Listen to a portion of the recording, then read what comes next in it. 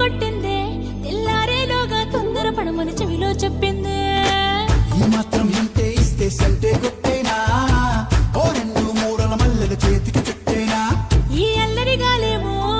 అల్లుకు పొమ్మందే మాటలతోటి కాలక్షేపం మానేమంటుందే అబ్బబ్బా కబడ్డీ కబడ్డీ